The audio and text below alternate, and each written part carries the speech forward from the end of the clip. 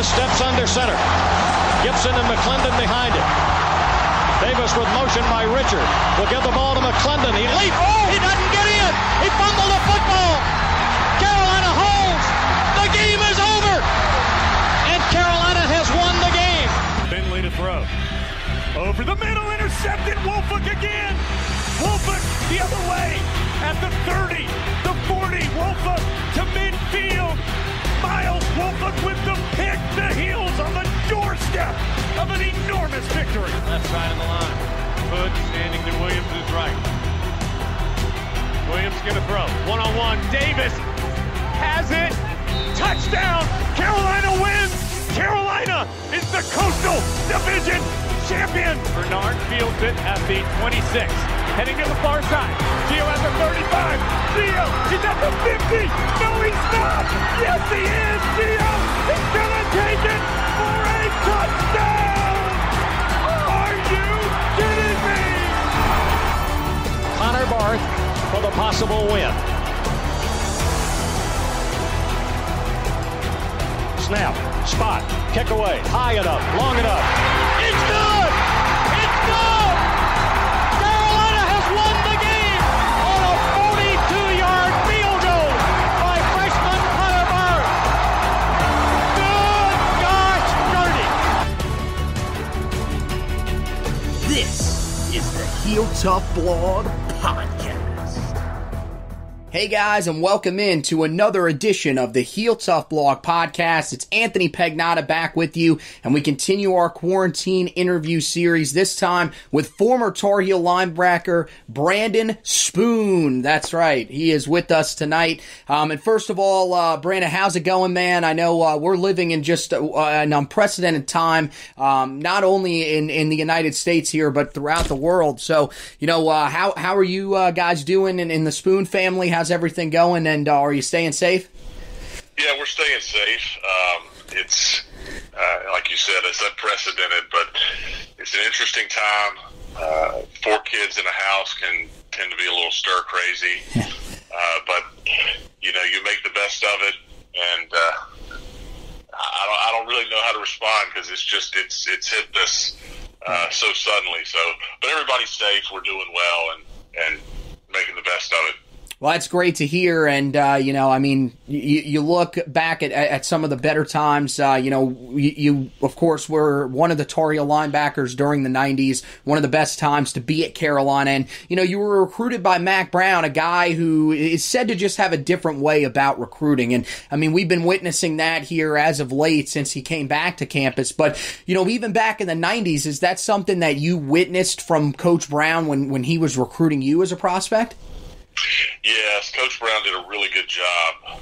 Number one, recruiting the state, and he made every recruit feel like they were number one. He does a great job recruiting the family and the parents. I think my mom committed to Carolina months before I did. So Coach Brown, he does a great job. He communicates well, and he's a motivator.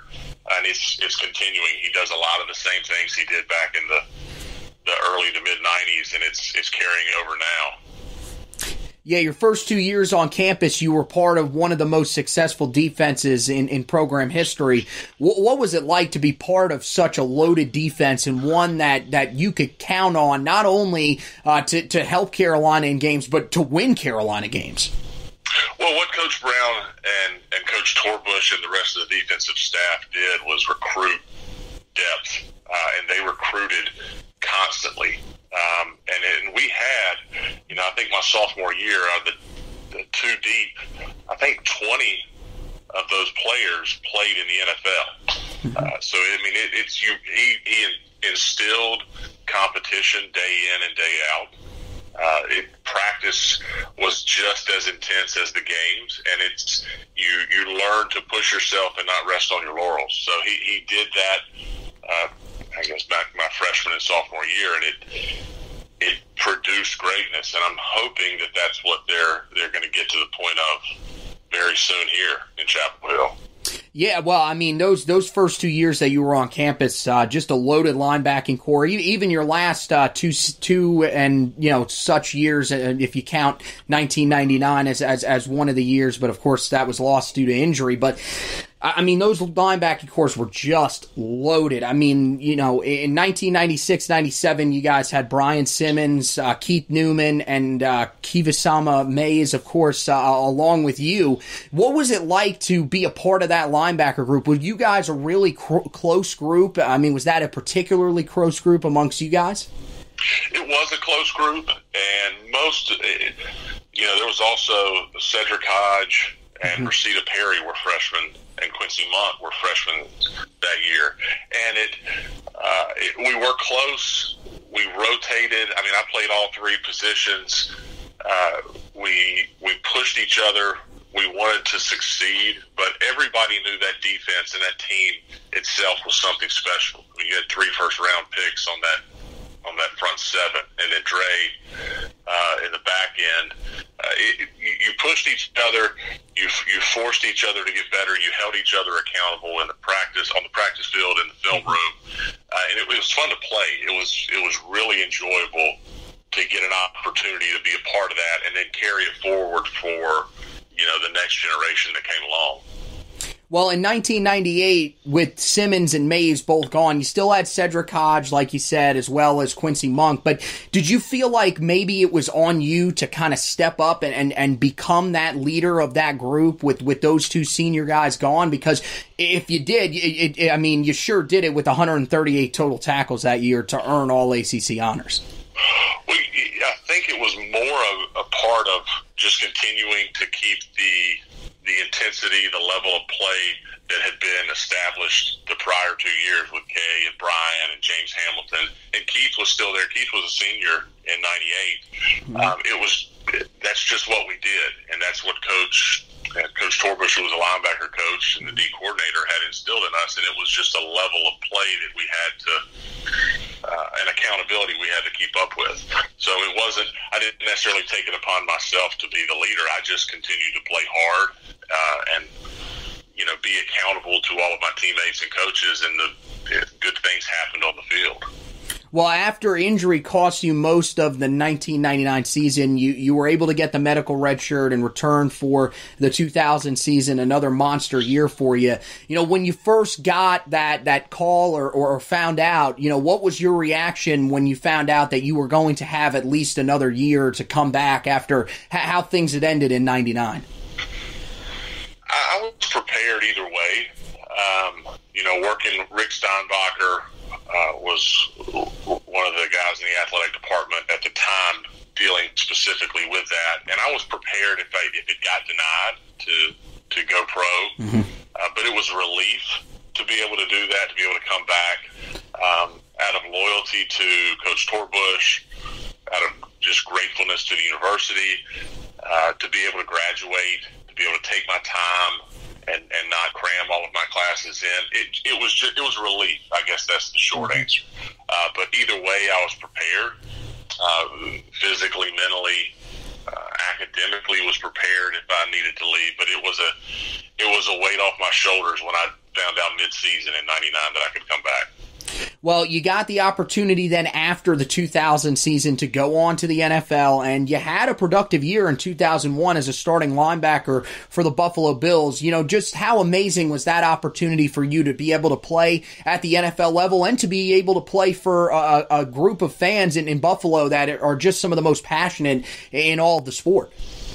Yeah, Buffalo was amazing. It is it's as much like home in Burlington, North Carolina, as anywhere I've ever been. It's extremely loyal, passionate people, hardworking.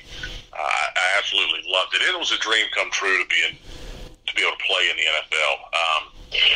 To get thrown into the starting lineup. Sam Coward, who was an All-Pro the year before, tore his Achilles. So game 2, I'm thrown into the starting lineup, and it was surreal. I don't think I realized the situation I was in or the opportunity that I had until probably at the end of the season, just talking to a couple of players and a couple of guys that had been in the league and retired. That I was extremely fortunate and lucky to be in the situation that I was in and to get that experience and the opportunity not just to play but to start.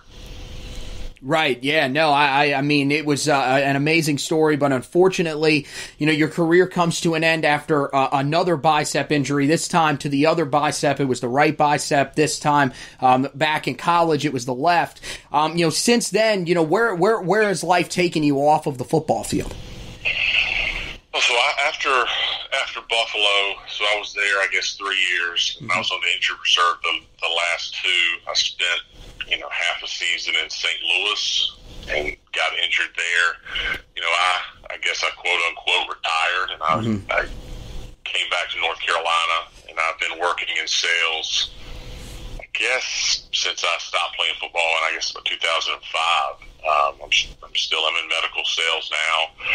When I got back to North Carolina, I went back to my high school and just started helping out, coaching, and now I've coached back at Williams for 15, 16 years now. Wow. So as an assistant coach, and it's when I came back to Williams and was coaching, it was my old high school coach, and since then it's been coaches that were on the staff and coached me, or guys. The head coach now is a guy that I played with, so it's kind of a family atmosphere. So it's really enjoyable. It's my opportunity to give back. I know way too much about football not to share it, so I get a chance to give back and mentor some young men, and hopefully teach them a little bit about football as well. Well, that's awesome, man. We're so glad that you're still actually hanging around the sport, because you were such an amazing player in Chapel Hill. And I remember just a couple of years ago when you were honored at the stadium back in 2016, just the amount of roar in that stadium whenever you came out. It was amazing, and so glad that you were able to be a part of it, and so glad you were able to stop by here tonight. So thank you so much, and you make sure you guys stay safe out there. We're definitely going through some trying times now, but hopefully we'll be able to talk to you again sometime down the line when we're on the other side of this thing. Absolutely. Stay safe. I appreciate it. All right. All right, so former Tar Heel linebacker Brandon Spoon stopping by with us. I want to thank him so much for coming on, and just another amazing interview. We've had so many great guys come on and talk about their careers at Carolina. A lot of the newer guys to start out with, but now we're starting to get into some of the guys that were playing during the 90s. We're also trying to get some guys that were on the team during the 80s as well. So, that's pretty much what we're just trying to do during this time. Keep your mind off of everything that's going on, give you a little bit of relief. It's definitely important to make sure that you're still following along and understanding what you're supposed to be doing at this time, how you're able to take care of yourselves, but at the same time, we know that every so often you just need a little bit of normalcy, and we hope that we're able to bring that to you, and hope you're really enjoying these interviews that we're doing. Of course, you guys can go back, listen to all of the other ones that we have on the website right now, including interviews with guys like Antonio Williams, Deontay Williams, the former safety, Chris Kildorf, the former quarterback, and there's plenty more that you guys can go and check out. And the best way to do that is to make sure that you are subscribed to the Heel Tough Blog podcast, wherever you're listening to your podcast. Also, we want you to rate and review the podcast so that we can move up some of the charts, not only just for us. Of course, we would like to be able to move up the charts and get a little bit more recognition, but we're really not worried about that. We're more worried about being able to spread the podcast around, and for people to be able to find it. There are plenty of other Tar Heel fans out there that are not, that don't have it in their lives right now. Give them the opportunity, rate, review, and subscribe to the podcast, and that'll help us out a ton. We'd really appreciate that. If you subscribe, you'll also make sure that you're subscribed so you don't miss any of the other great interviews that we have coming up, because we still got so many many more that we're going to be doing as we help you guys try to get through this offseason and head towards what we hope will be the 2020 season of college football. Of course, there have been many different things that have been going around as to whether or not they're going to move the season into, one of the options was move it to the spring. There were a couple of options of shortening the season, so there's a lot of different things going around, and we'll have you covered with all of that. One spot, that's the HeelToughBlog.com. That's where you can go out and check everything that you need to for the Tar Heel football team. We've got you covered with recruiting. We've had you covered all off season as well with any team news, any of that kind of stuff. We've had you covered with that. We'll have you covered whenever the season starts up. As for the basketball team, same thing. We've done the player reviews in the off season. We've had all the draft stuff for you. Make sure that you're following along for whenever the Tar Heels hit the court in 2020-21. And then for the baseball team, we don't cover them as in depth as we cover the football and basketball team. Football and basketball is year-round. We cover everything, recruiting, all the team news in the offseason. We don't really do that for baseball, really because football and basketball are really pretty difficult to cover as it is, full-time along with a full-time job. But we are still looking for someone to join us, so make sure that if you are interested, head to Twitter, hit me up at HTBAnthony, or you can email me, anthony.pagnotta@yahoo.com. If you send in some interest, as long as you're willing to write, we're going to probably give you an opportunity, and you know, we're looking forward to adding to our team. So please, if you're interested, hit us up, and we love to get you into the Heel Tough blog group and help you start your writing career just like we've been doing here at the Heel Tough blog for the last couple of years. So once again, want to thank Brandon Spoon for stopping by with us. Want to thank you guys for listening, and as always, go Tar Heels!